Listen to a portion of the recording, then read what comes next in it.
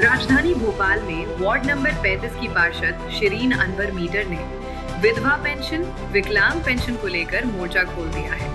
कई सालों से अटकी इस पेंशन को भाजपा सरकार द्वारा जारी नहीं किया जा रहा है। इसी को लेकर मध्य विधानसभा के विधायक Arif Masood, fans club ward number 35 की शिरीन अनवर मीटर ने क्या कुछ कहा, सुनिए। इसमें जो है कैंप लगाए गए, योजनाओं का शेड्यूल लगाया गया है, मगर मैं अपने भोपाल शहर की जनता को जो है सरकार है, दूसरी सरकार है, उसकी सच्चाई से अवगत कराना चाहती हूँ कि हमारे पास कुछ महिलाएं हैं, ये कुछ ही महिलाएं जो अभी इस शिविर में आई हैं और मुझसे कंप्लेन कर रही हैं कि इनकी जो पेंशन है कम से कम 7-7, 8-8 महीने की पेंशन जो है सब कुछ कंप्लीट है, चालू पेंशन है जो है उसमें पैसा नहीं डाल रही है सरकार। तो इससे हमें समझ जाना चाहिए कि कितनी झूठे वादे और कितनी झूठी बातें करके ये जो सरकार है इलेक्शन के टाइम पे झूठी वादे, झूठी योजनाएं लेके झूठी बातें करते हैं और इनकी ज़मीनी हकीकत ये होती है कि यहाँ पे देखिए आप ये जो महिलाएं हैं 600 रुपये जो है आप इनको पेंशन देते थे और अभी कितना कम से कम 6-6, 7-7, 8-8 महीने होगा इन लोगों की पेंशन जो है वो बंद मतलब आ नहीं रही है, सरकार डाल नहीं रही है।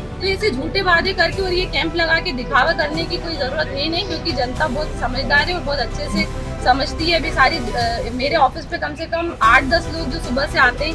अभी देखिए आप बुजुर्ग जो विधवा पेंशन है, जो विकलांग पेंशन है, जो इन महिलाओं को विधवा पेंशन मिलती है, वो सारी जो चालू पेंशन है उनमें पैसा नहीं डाल रहा है। सबसे पहली चीज़ तो ये 600 रुपये दे रहा है आप उनको और उसके बाद 6-6, 8-8 महीने आप इनके अकाउंट में पैसा नहीं डाल रहे हैं। तो इन कैंप ये इस तरीके के कैंप लगा के और दिखावा करने का सरकार का जो ये झूठा जो बातें हैं और झूठी दिखावे करते हैं उसका कोई मतलब नहीं है। तो मैं इसकी घोर निंदा करती हूँ। इस तरीके के कैंप लगाने की आपको वार्ड में इस तरीके की योजनाएं लाने की कोई ज़रूरत नहीं है। पहले की जो अभी वर्तमान में जो पेंशन है जो इन लोगों को उसका लाभ नहीं मिल पा रहा, तो ये नए फॉर्म भरवाने से कोई मतलब ही नहीं। मैं इसका बहुत विरोध करती हूँ। आप इन महिलाओं के मुंह से सुनिए कि किस तरीके मतलब 3 महीने से परेशान हो रहे हैं, हमको सरकार डाल ही नहीं रही पैसे। इसी का यही सहारा है हमारा पेंशन का। यही आस लगा के आते हैं तो पेंशन मिलती नहीं है, कहते हैं जा पर परेशान हो रहे हैं।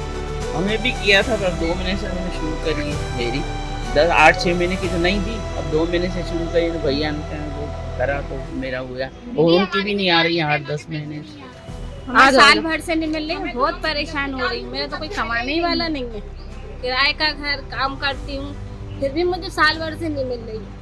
हम भी किराए से ही रहते हैं क्या। मुझे भी लाडली बहना का पैसा की बताना चाह रही हैं अपना कि लाडली बहना का जो है इनका फॉर्म तो भरा गया, लेकिन जो हकीकत है वो मजदूरी करते हैं, हम पति नहीं लेके रहते हैं साथ में और हमारे 4 बच्चे हम उनको पाल रहे हैं मेहनत करके। अभी घर जा रहे हैं, आपके अकाउंट में पैसा आया ही नहीं है, बोलते हैं आधार डिस्कनेक्ट है, आधार भी सही करवा दिए, इसके बाद भी पैसे नहीं आ रहे।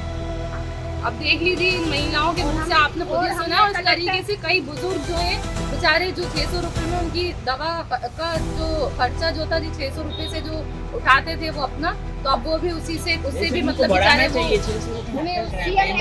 कितनी महंगाई है।